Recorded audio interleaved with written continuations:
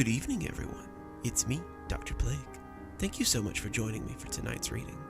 I'm going to cut in ahead here and say that tonight is the last story from my first book, Internet Nightmares. So next time we read on Wednesday, we'll be reading from Dark Vortex. And I thought, why not send us off with what is arguably the best story of the 13 in my first book, Paranormal Facilitator, one of my favorites, and certainly one of my fellow readers of the Spookies' favorite stories. I speak, of course, of the infamous Baron from Horror Stories with the Baron, whose voice you might recognize on this very episode. I'd like to thank him personally for the voice work he did here. Thanks, Baron. You're awesome. Hope it's not our last collab. And now, without further ado, I bring you Paranormal Facilitator. Enjoy. When she opened the front door, her face was a study in relief. Are you the paranormal investigator the agency sent over? She asked, getting straight to the point. She had once been a very attractive woman, he had no doubt, but grief had aged her. She wore a simple pink dress with a sensible pair of black shoes poking from underneath the hem, and her chestnut hair was swept back into a messy braid. She looked like someone who had become used to living in a situation outside her control, determined, yet hopeful. He took off his hat, a tan Humphrey Bogart number, and smiled at her. From the agency, but they thought your case might need something special. That's why they sent me. She showed him in and took his coat before leading him into the living room. She introduced her husband, Michael, a tall man with a comfortable look of middle age, and introduced herself as Barbara.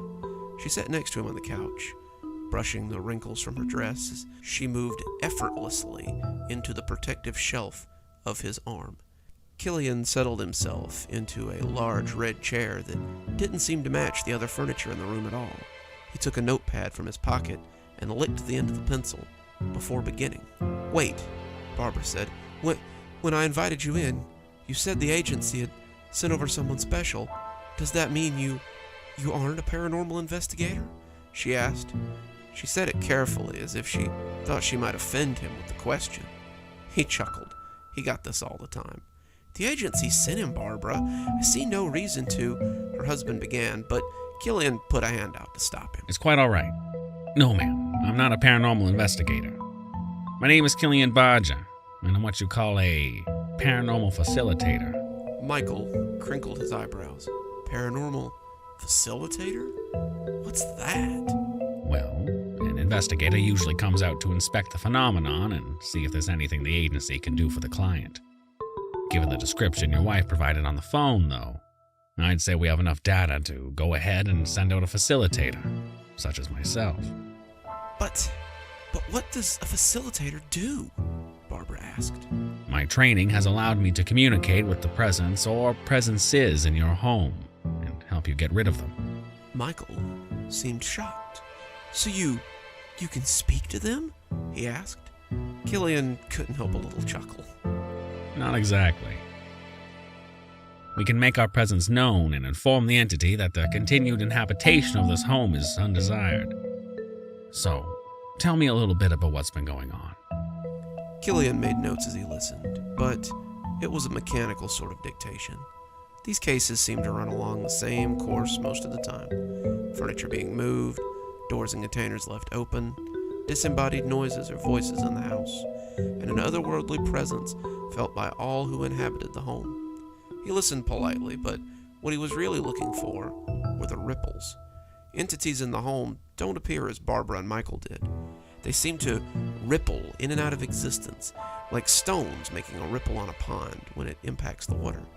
As they spoke, Killian saw two entities moving about the house with the calm sort of familiarity you often saw in these cases.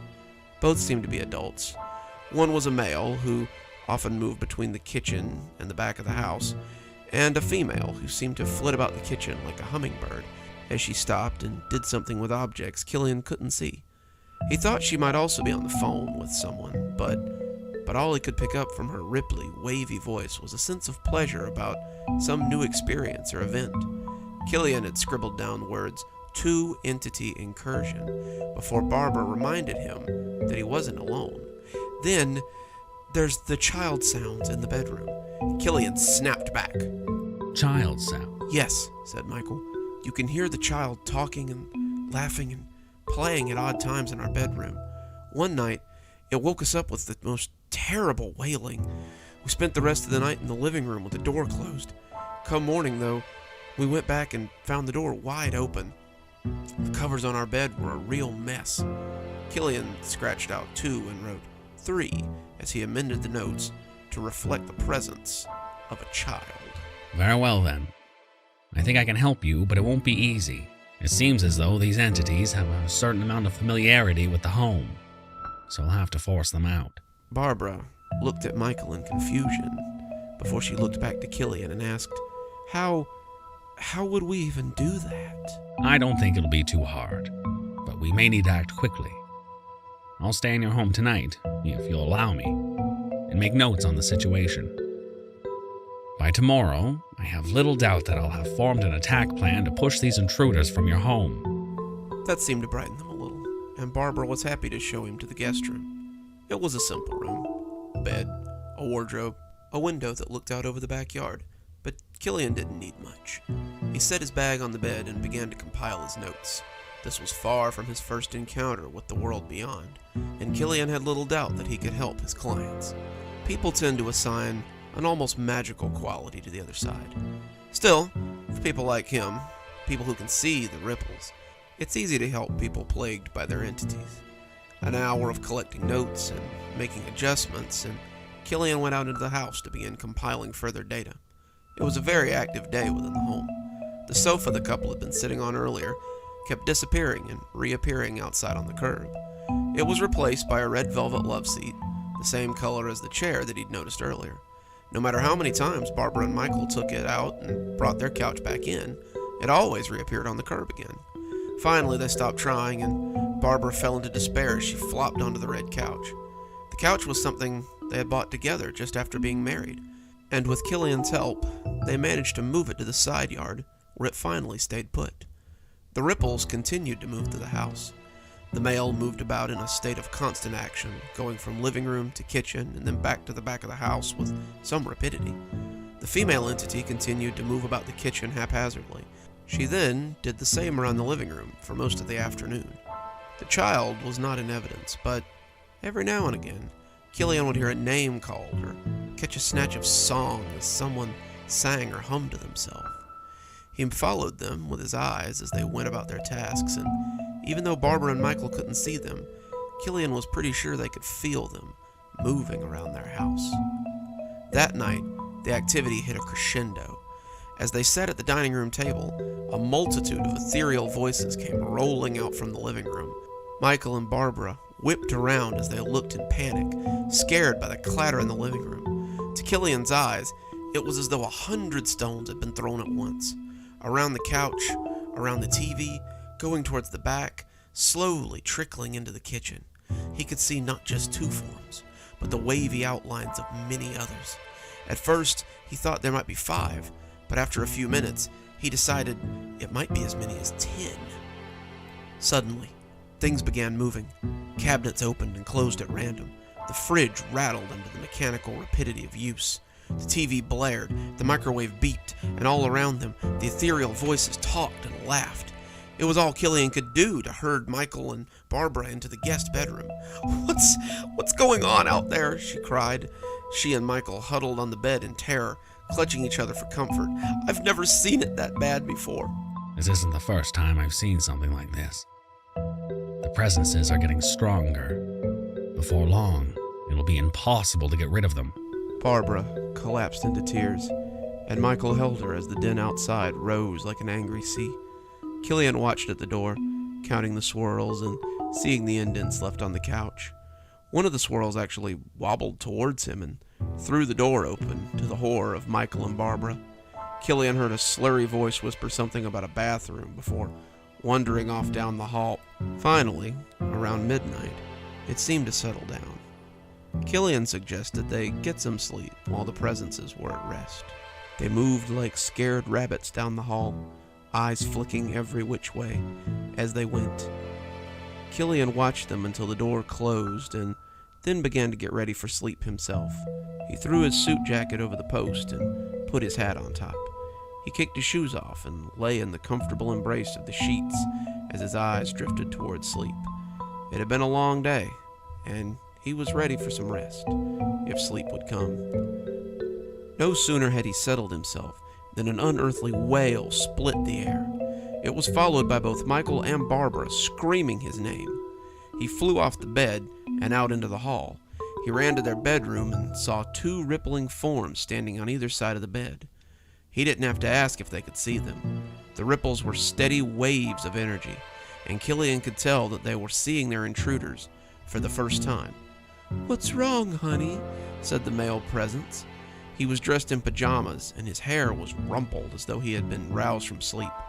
The other figure was clearly the female, her robe pulled around her, her long, straight hair swishing down her back. The two were on either side of the bed and seemed to be looking at something between Barbara and Michael. Suddenly, from the center of the bed, a voice of crystalline highness shivered across his ears. I saw something. I don't know what it was." The female presence leaned down and nearly fell into Barbara. Barbara scuttled away from it, and Michael pulled her to him as he switched his gaze between the two apparitions.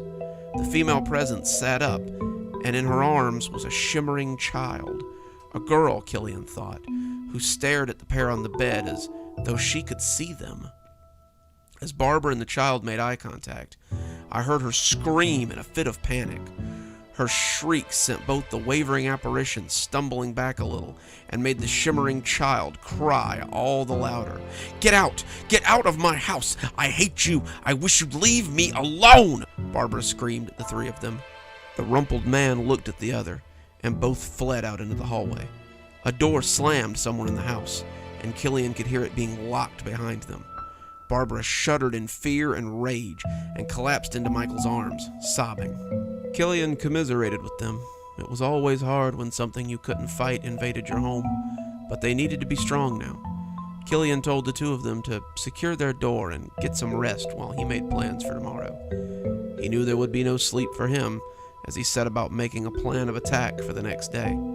He set plans and counterplans that night, covering all his angles, and when he drew back the curtains the next day, he was ready to help them.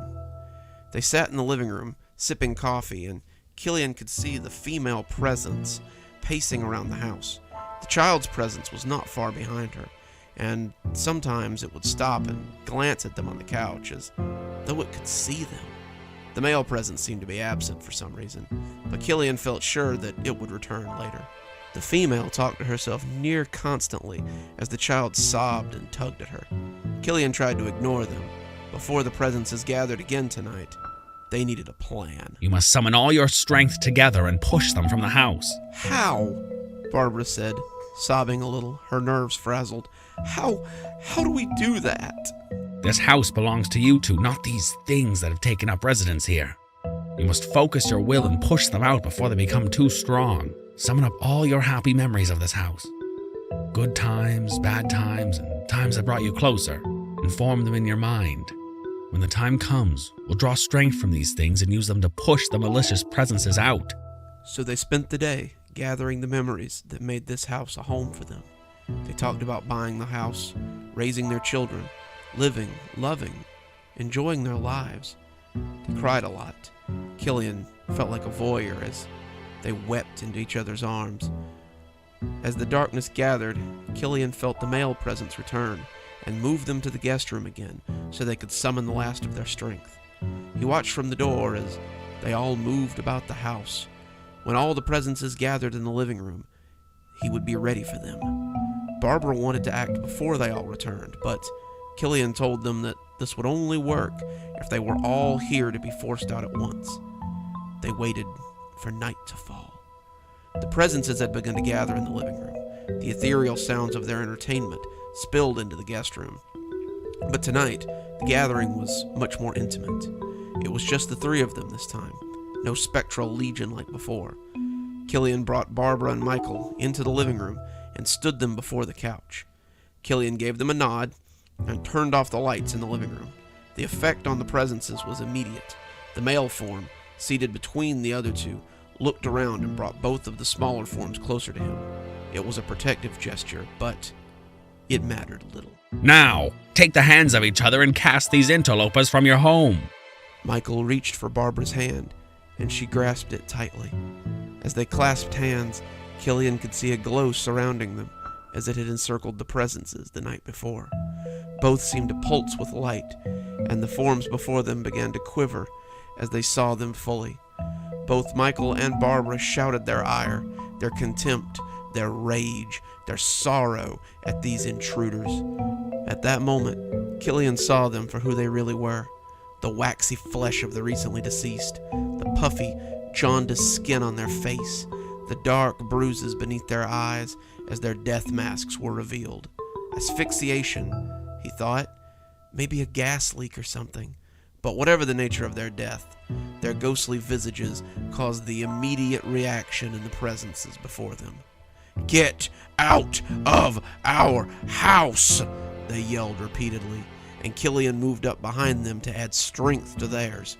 When he dropped his hands on their shoulders, he felt his own throat open again as Killian retook his true form.